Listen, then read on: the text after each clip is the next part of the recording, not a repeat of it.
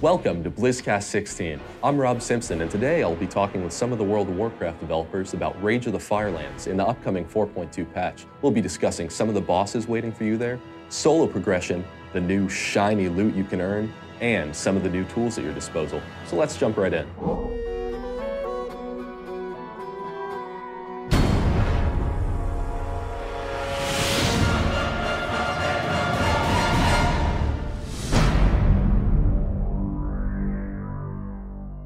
And now we're going to get this Blizzcast kicked off with Tom Chilton, the game director for World of Warcraft. Hey there. So Tom, I'd like you to maybe catch up people on what's going on in this 4.2 patch coming up. What's happening in Azeroth right now? Well, really, it's the continuation of the storyline that we established in the Highjaw zone. For anyone that's gone through Highjaw, you go through Highjaw and kind of discover that Ragnaros has partnered up with the Twilight's Hammer cult, and because they're all about controlling the elements and that kind of thing, bringing destruction to the world, and Ragnaros is pretty on board with that plan too. So he's ever since his beat down in Molten Core, he's been sort of prepping himself, and now he's joined up with Twilight's Hammer, and he sent all these forces into Mount Highjaw to take it on. As a player, you probably helped put out the invasion there, put that down, and now you're gonna take the fight to his home front by going to Sulfuron Keep in the Firelands. Okay, cool. And now that Ragnaros is back, is that something that you guys have been pretty excited about, like planning for a while? I mean, Ragnaros was awesome, and now to have him back is... Definitely. I mean, Cataclysm has a lot of nostalgic elements to it, right? I mean, it was, in a lot of ways, part of the theme of it, right? Is bringing back some of the stuff that we've done in the past that was really cool, but in a way that's totally new and different, right? The new Ragnaros, mechanically, from a gameplay perspective, has essentially nothing to do with the old, right? So, but at the same time, it's a Ragnaros. It's a name that the players are familiar with, that kind of thing. So we're really excited to bring that back and help carry that forward. And so on that note of retrofitting Ragnaros into this current day Azeroth, what were some of the challenges that you guys ran into? Well, there's the legs, right? In this particular encounter, he's got to have his feet, right? So we're having to do some iteration on that. Our first version of the feet weren't quite buff enough, not quite intimidating enough. But aside from that, all jokes aside, one of the toughest things for us always is just trying to figure out the right balance of content for any given patch. And so, with this patch, we've been trying to figure out, well, how many raid bosses should it be, and what kind of content are we going to have for the solo player, or for people that like 5-man content, that sort of thing. In having to cover all of these various wide kinds of play styles and players and areas of the game that you need to update, what's your general patching philosophy in World of Warcraft? What do you try to accomplish with each of these patches? Our general patching philosophy is that we don't want any given player to have to wait too long before they get some new content that's interesting to them. And so, like I was just saying, one of the hardest things is balancing the right amounts of the content for different types of players out there. And in this case, the way that our philosophy's taken us is that we want to make sure that raiders who have been raiding the current tier of content from now until 4.2 are really get a lot of cool new stuff. And at the same time, we know that our players that do Dungeon Finder on a nightly basis, they really chew through content very quickly. So we need new stuff for them to do too. Right, keeping those players interested is always a really big goal. And now we're here with Dave Kozak, the lead quest designer for World of Warcraft, here to talk with us a little bit about what kind of quests are coming forth in the Firelands. So Dave, what can we expect players to see coming into this patch? So what we're doing is we're creating a whole quest hub in the Firelands that you can unlock through play, and really trying to create an experience, and it's what I like to call personal progression. In the same way that the Isle of Keldanas was with Sunwell. With the Sunwell, it was sort of a story that progressed, but it progressed on a server-wide basis. This is a story that you as an individual will progress through daily questing. And that would also mean that all of the individual players will get to experience 100% of this content rather than only catching. Exactly. And we put it in the Firelands because I really wanted people to feel like they're engaged in the story. Like you're also helping take the Firelands, and you're actually in the defensive position. You're helping the Guardians of Hyjal to create a fortification within the Firelands that will help them keep watch on the Firelands and prevent anything like that from happening again. When Ragnaros came and burned Hyjal, they want to stop that from ever happening again. Whatever happens after Ragnaros is dead, they're going to be ready. They're going to have an outpost there. Okay, and you're helping them build that outpost and progress through that. And so with personal progression, you actually see that outpost get built. You'll start in Mount Hyjal, and it's important to note players will have to complete the Mount Hyjal zone up to the regrowth, where they actually push back Ragnaros' forces, regrow the mountain, and then you're going to have some daily quests open up at level 85 that can help you go on the defensive there, take back the forest, and then actually open up a portal into the Firelands, and with the Guardians of Hyjal go in. And what you start with in the Firelands is really, it's just a pile of rocks is your quest hub. You kind of have to build a beachhead there and take that over, turn that into a quest hub. And over the next few weeks of questing, you actually build up that quest hub. You'll get additional NPCs there, and you'll see it sort of evolve. And so within that growth, you're not going to end up necessarily grinding the same quests repeatedly. It sounds like there's quite a variety coming for players. Exactly. We have, I think, at current count, and this might change before it goes live, but at current count, there's over 60 quests, 60 daily quests. That's quite a bit of variety. Right. That's basically half a zone of content, right? And it's randomized, and it's also randomized with progression. So you'll do these daily quests in clusters the same way you would if you were questing an outdoor zone. So you'll do a couple of daily quests here, unlock a couple, like 3 daily quests over here, and they'll all be related to each other. So you kind of do all 3 at once, and then you unlock some kind of big finish over here. So you really kind of progress through, even on a daily basis, you're doing some progression, kind of fighting your way through the zone.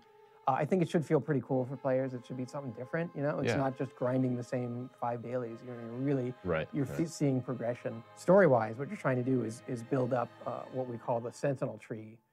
So druids couldn't exist in the Firelands. It's a really harsh environment.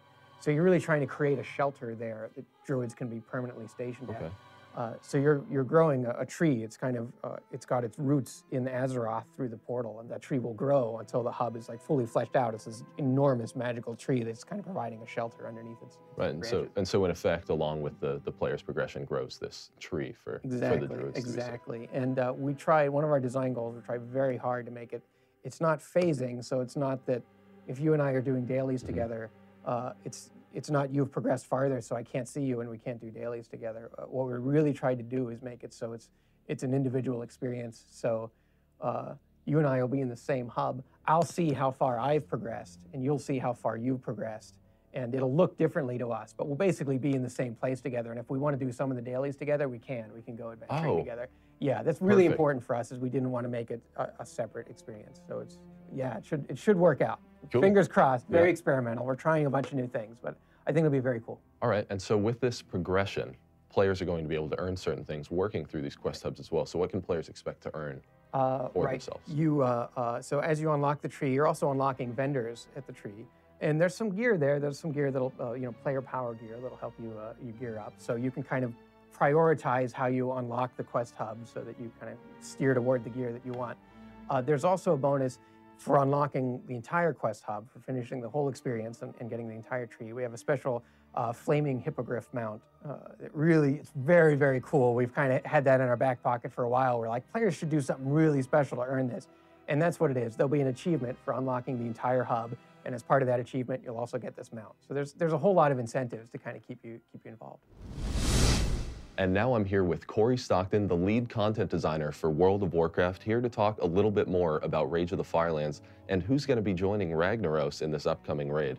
So Corey, we've heard a little bit about Ragnaros getting retrofitted for this upcoming 4.2 patch. What can you tell us about the people that are going to be joining him? Well, that's one of the cool things about Firelands, is that it's got a little bit of a retro feel to it, with players getting a chance to fight Ragnaros again, which is one of our most popular raid bosses we've ever had.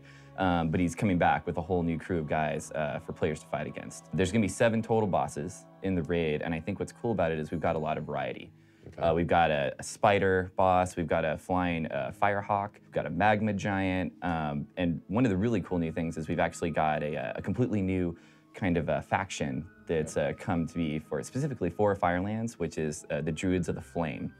And what's cool about this is it actually uses one of our really popular characters, Fandral Staghelm, ends up being the leader of this faction. So for most of the players, they might have met him before in questing and they've known about him, but they're gonna have this ultimate reveal. Oh, okay, interesting. So players have some twists to look forward to. Yeah, for sure. I think that's one of the things that's really cool about this is there's a lot of story that goes along with Firelands Raid, as well as the loot and the encounters and everything else that players are involved with. Because everybody needs the shinies in addition to that story. Exactly. We all know what's most important in the end. So one of the things we wanted to do is try to get some more vanity items. Okay. In general, we always have items that their quality goes up, so they're stronger. But here we wanted to do something that just felt really cool. So a couple examples on Fandral Staghelm himself, he drops a staff that actually allows the player to convert into his feral forms. And what's cool is these feral forms are completely brand new for the raid here. He's got a magma cat form. Looks really awesome, and players will be able to get staff, convert into that at any time. Another example would be Ragnaros. One of his most famous item drops he's always had has been Sulfuras. So we went ahead and upgraded, created a whole new model for Sulfuras, and it's gonna end up dropping off of Ragnaros in both the heroic mode and in the normal mode. Oh, wow, awesome. So we'll see a bunch of people smashing around with Rag's hammer. For sure. You'll definitely be able to see these people that you know for sure that they've cleared Firelands and they've made it through just by looking at their items. Good, and prestige is important. It is. It's one of the biggest things in WoW, so we wanted to make sure that people, felt fulfilled by the items, not just from the quality level, but on that vanity side too. And now moving into the Firelands raid, I've heard that players are going to be able to choose the first encounter, so there will be a little bit of a different start to this one. They are. That's one of the things that we always kind of like to play with a little bit, is having an encounter that's non-linear versus linear. We wanted to make sure that players had a little bit of choice here. So when they come in, they have an option to do any of those first 4 bosses. The way the zone is actually laid out is there's a bridge leading to Sulfuron Keep, which is where Ragnaros is. So when you start out, you're in an open outdoor area. You can kind of wander around and find those 4 different bosses and fight them in whatever order you want before you head into the keep to take on Ragnaros. And for players delving into this new raid, they're going to have a lot of new content to try to digest, a lot of fights to learn. Now, I hear that there's a tool being added in 4.2 to help players tackle this content. Can you tell us a little more about that? The tool is called the Encounter Journal, and it's something we've actually been working on for a long time. We're really passionate about it. And it's essentially, you can kind of look at it as when we redid the quest map for players, and we kind of gave them an idea of where to go and what to do, but we didn't give them all the exact details. Right. That's what we're looking at with the Encounter Journal, is it's not a strategy guide for the individual encounter fights, but it's more of an information for you, almost like a wiki a little bit. Okay. If you were to take one of these bosses, let's take Fandral Staghelm, for example. You would see all of his individual abilities and what they do, but we wouldn't give you the strategy on, like, say, how to avoid it, right, or maybe how to plan. Exactly. Like that, sure. But we'd at least let you know that he has an AE ability, and it's gonna do this. How you deal with it is up to you. What's cool about that is that's only one part of the Encounter Journal. The other part of it is that it lists all the loot. And that's what we found is probably the main thing when players want to know something about a boss fight or an encounter, they leave WoW and go to the web to try to find that information. Right. We really would love for them to stay in the game and be able to have that available right there, similar to what happened with the quest log once we made that change. Yeah. So now players are going to be able to see all the loot from every boss. They can sort the loot by 10 player, 25 player. You can even sort it by your class. So you see that loot just specifically for you. You can link it to friends, and you can do this from anywhere. You don't have to be in the instance to have accessibility to this. You could use it standing in Stormwind, in Orgrimmar, wherever you want. Well, that's perfect. That'll help all those players that have that last slot to fill find out exactly where they need to go. Yeah, that's part of the point, is that I think it'll kind of instigate some sharing between players too, when they're in a guild, like, hey, I'm really looking for this item. Maybe we could get people together to fight this guy because we know it's on this boss specifically. Thanks for joining us for Blizzcast 16. I'd like to thank Tom, Dave, and Corey for stopping by to tell us a little bit more about patch 4.2 and what's coming with Rage of the Firelands. We'll see you next time.